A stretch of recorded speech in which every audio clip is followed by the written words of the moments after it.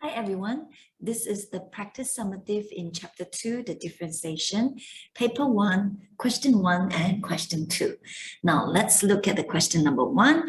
We are given the del y equals to 4x del x plus 2 del x squared plus 3 del x, and we got to find the dy by dx when x equals to 2.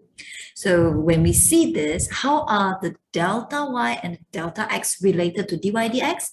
This one you must have the knowledge of the first principle, because the dy by dx will be exactly the same to the del y by del x when we set the limit of del x approaches 0.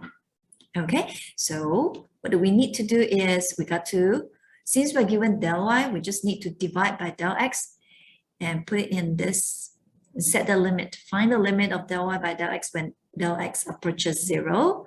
So therefore, the del y divided by del x, we will have 4x plus 2 del x plus 3. Okay, so as delta x approaches 0, almost 0, we left with 4x plus 3. Therefore, when x equals to 2, our dy by dx will equals to 4 times 2 plus 3. So 11 is the answer. So that is for question number 1. Question number 2, we are given the differentiation of this expression equivalent to that. So we need to find the value of k, m, and n. So we just differentiate. So let's differentiate. Let's call this u, this is v. We're going to use the quotient rules, okay? So you see, k, after we differentiate, we got this. So kx to the power m over 3 minus x cubed raised up to the power of n. This is the differentiated expression after we differentiate this. So stay v, 3 minus x cubed.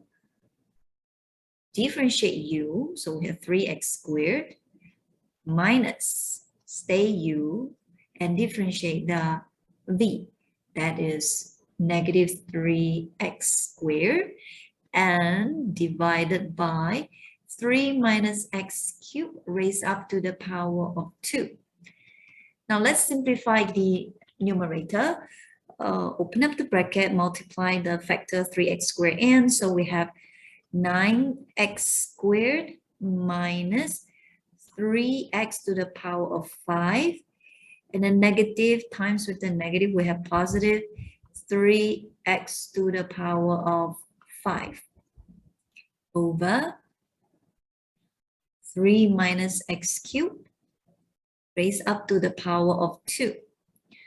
And therefore we have negative 3x to the power of 5 plus 3x to the power of 5, so simplify. Okay, no more, cancel off each other. So we're left with 9x squared over 3 minus x cubed raised up to the power of 2. So now we compare the left side and the right side in this equation. So with that, very obviously, k equals to 9 and m is 2 and is 2. So that's it for question number 2.